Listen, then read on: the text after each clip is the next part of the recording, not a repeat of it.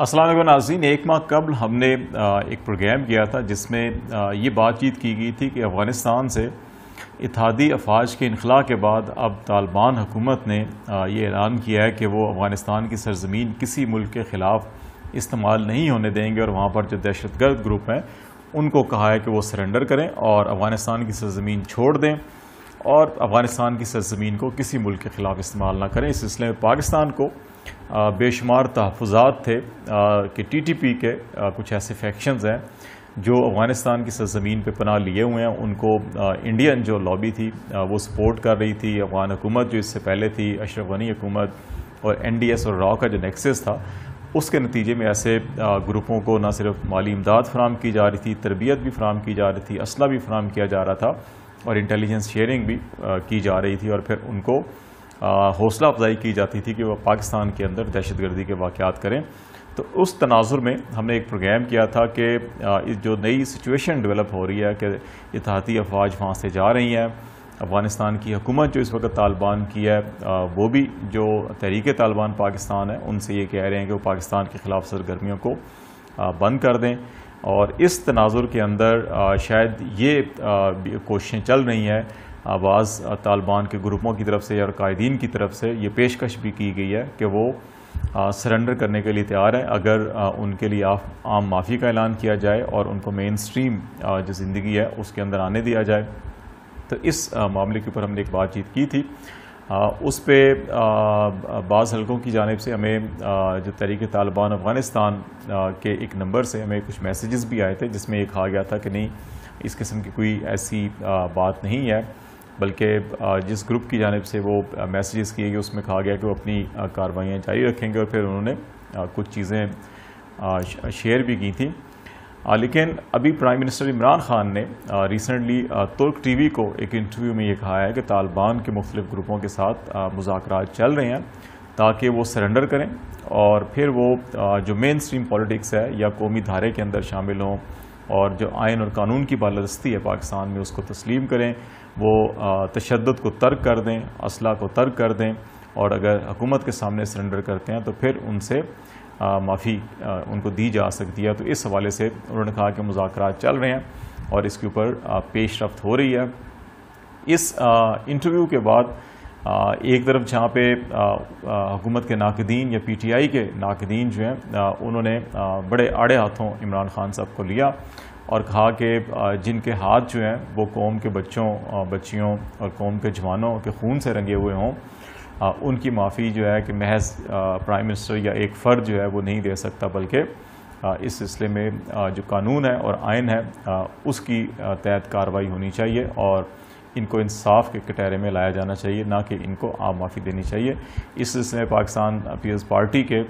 جو رہنما ہیں انہوں نے پارلیمنٹ کا اجلاس بلانے کا بھی مطالبہ کیا اور کہا کہ یہ معاملہ پارلیمنٹ کے اندر ڈسکس ہونا چاہیے، اور اس طرح سے یک طرفہ طور کے اوپر یا فرد واحد جو ہے وہ اس قسم کے نہ تو کارروائی کرے نہ ہی بیان جاری کرے۔ دوسری طرف ایک نقطہ نظر یہ بھی ہے کہ جہاں دنیا بھر کے اندر یہ ایک رائے پائی جاتی ہے کہ تشدد یا اسلحہ جو ہے یا جنگیں جو ہیں وہ مسائل کا حل نہیں ہوتی، بلکہ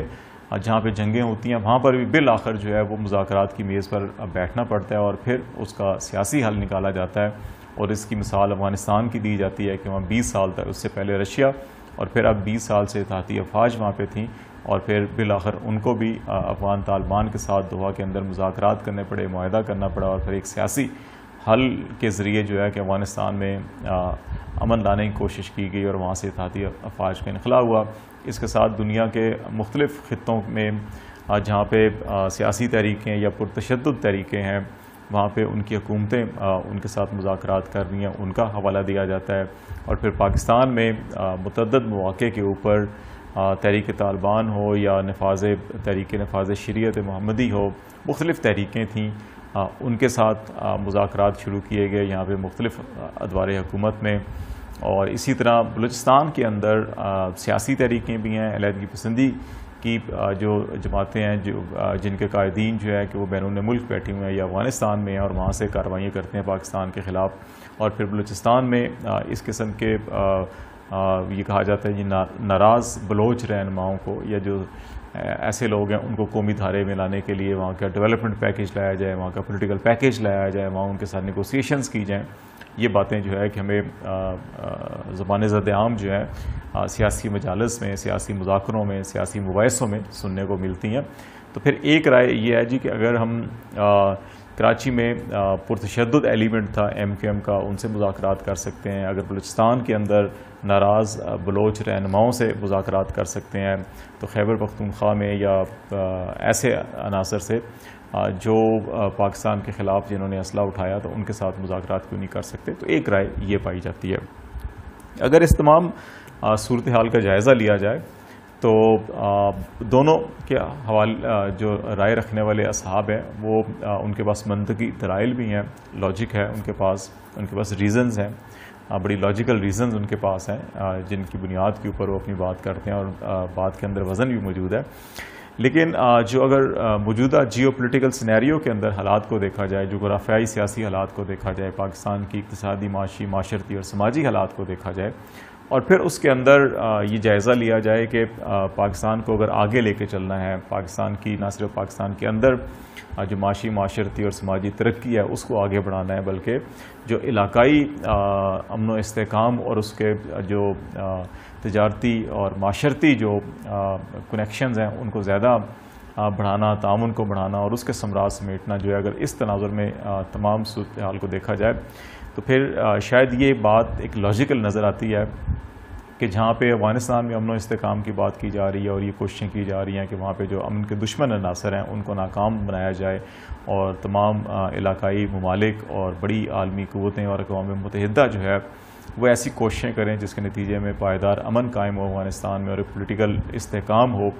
جس کے نتیجے میں تمام ریجنل اکنامک کوآپریشن اور ٹریڈ کوآپریشن جو ہے اس کو آگے بڑھایا جا سکے. تو اس تناظر میں اگر یہ معاملات کو دیکھا جائے تو پاکستان کے لیے بھی یہ ضروری ہے کہ ایسے عناصر جو پاکستان میں ہیں یا پاکستان سے فرار ہو کے افغانستان میں پناہ لے کے بیٹھے ہوئے ہیں, اور ان کی پشت پناہی جو ہے کہ وہ ایسی قوتیں یا ایسے ممالک یا ایسی ہوسٹائل ایجنسیز کر رہی ہیں جو پاکستان دشمن بیانیے کے اوپر یقین رکھتی ہیں, تو پھر اس تناظر کے اندر اگر دیکھا جائے تو ان میں سے پھر ایسے افراد کو جو اپنی ماضی کی غلطیوں کا اعتراف کرتے ہوں, جو اسلحہ ترک کرنا چاہتے ہوں, جو سرنڈر کرنا چاہتے ہوں, اور جو ریاست کے سامنے سرنگوں ہونا چاہتے ہوں, تو میرا خیال ہے کہ ریاست کو یا حکومت کو یہ اختیار ہونا چاہیے کہ وہ ایسے عناصر کو ایک موقع دے. اگر سیاسی اعتبار سے دیکھا جائے تو ہم نے پچھلی 2 دہائیوں میں متعدد بار یہ دیکھا کہ وزیرستان کے اندر بھی, قبائلی علاقوں میں بھی, سوات کے اندر بھی مذاکرات ہوئے اور معاملات کو سیاسی میز پر بیٹھ کر حل کرنے کی کوشش کی گئی. آخری بار جنوری 2014 میں میاں نواز شریف صاحب نے اس وقت جب دہشت گردی کے واقعات عروج پر تھے تو اس وقت جو ان کے معاملے خصوصی تھے عرفان صدیقی صاحب, ان کی سربراہی میں ایک 4 رکنی مذاکراتی کمیٹی بھی بنائی تھی جس میں رحیم اللہ یوسف زئی صاحب جو سینئر صحافی ہیں اور انتقال کر چکے ہیں ان کو شامل کیا گیا تھا. پھر سابق سفیر رستم شاہ محمد جو ہیں ان کو اس کمیٹی میں شامل کیا گیا تھا, اور پھر اسی طرح ISI کے ایک سابق جو سینئر افسر ہیں میجر ریٹائرڈ عامر, ان کو بھی اس کمیٹی میں شامل کیا گیا تھا, اور تاکہ وہ طالبان کی قیادت کے ساتھ مذاکرات کرے اور کس طرح سے پاکستان کے اندر قیام امن کے لیے آگے بڑھا جا سکے, اس سے بات کی جائے. تو میرے خیال ہے ان تمام حالات کے اندر اگر یہ دیکھا جائے کہ اگر حکومت جو ہے اس تناظر میں اگر سوچ رہی ہے